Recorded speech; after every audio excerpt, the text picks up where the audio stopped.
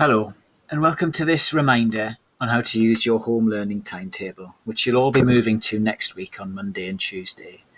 I think this will be particularly important and helpful for those students and pupils who are in year 7 and 8, as this will be the first time for a lot of you that you'll be using the home learning timetable. So what I'm going to run through is just a reminder of how the home learning timetable works, how you can access the live lessons and webinars that are on your home learning timetable, and that when you are in a live lesson, what the expectations are in terms of how the lessons will run. So just some reminders. What is your home learning timetable? Well, your home learning timetable matches your normal school timetables. That means if you have maths period 1 on a Monday of week A, on your home learning timetable, there'll be a maths lesson period 1 on a Monday of week A. The lessons will take place at the same time as if you're in school. So lesson 1 will start at 8:40 in the morning. Lesson 4 in the afternoon will start at 1:10 in the afternoon. So the lessons take place at the same time. However, the big difference, if you recall, is that there are now 3 different types of lesson.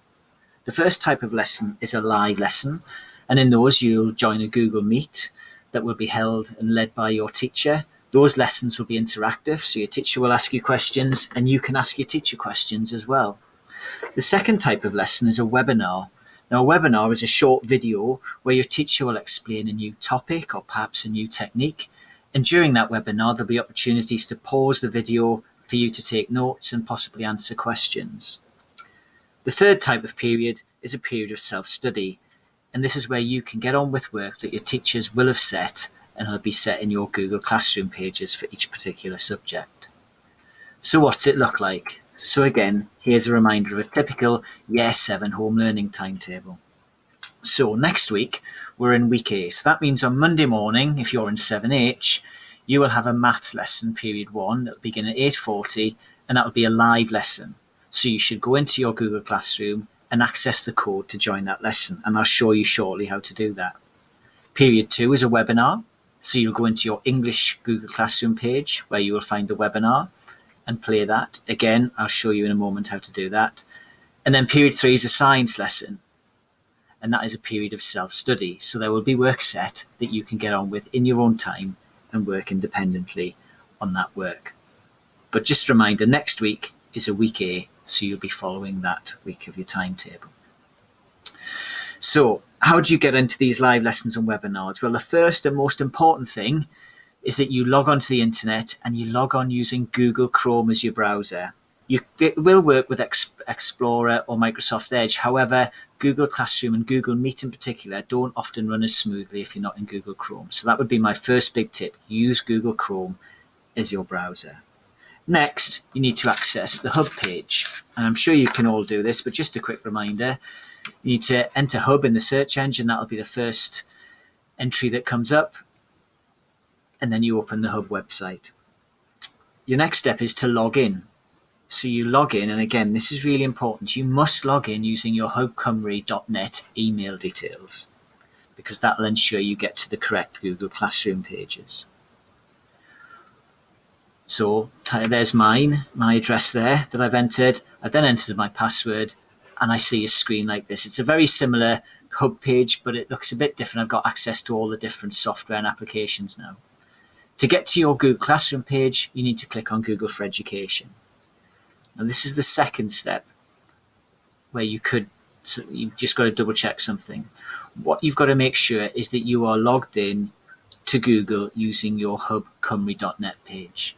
And what you can do to check that is if you click up here in the right-hand corner of the screen, you can see what Google address you're using. So for year 8, sometimes it might log you in using your email address that you had last year. And if it does, you won't see your Google Classroom pages for this year. So just click on the icon with your initial on in the top right-hand corner and just make sure that you're logged in with an @hubcymru.net email address. If not, then you can add another account and do so. But what should happen then is that you see your Google pages. This is a year 10 student's Google Classroom pages. They can see all of their classes and each of their subjects. So Now you're into Google Classroom. How do you get to that live lesson? So let's say I've chosen an English lesson here. Let's say you want to see your English Google Classroom page. So you click on that icon.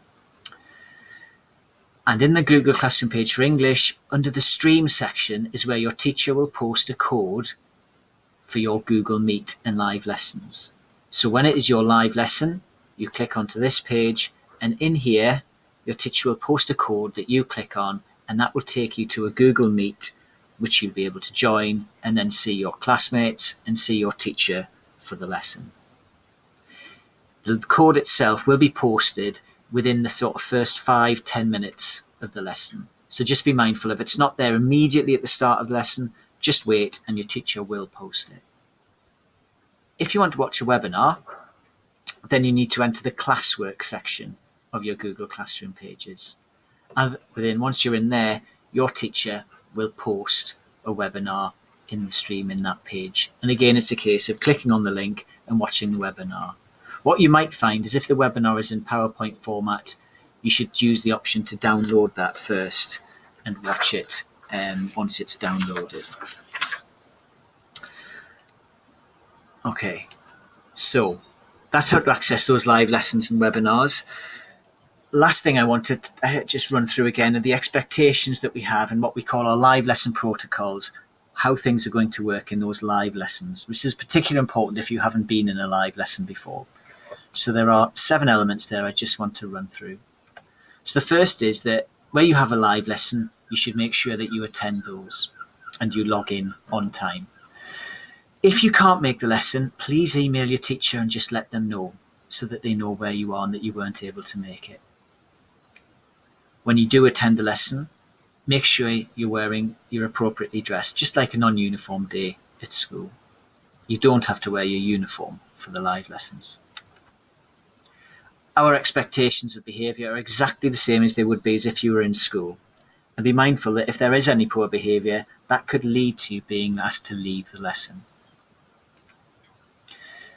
Whilst joining the live lesson, also make sure you're in a suitable location in home. Make sure that the background is suitable for the situation. You can blur your screen if you want the background.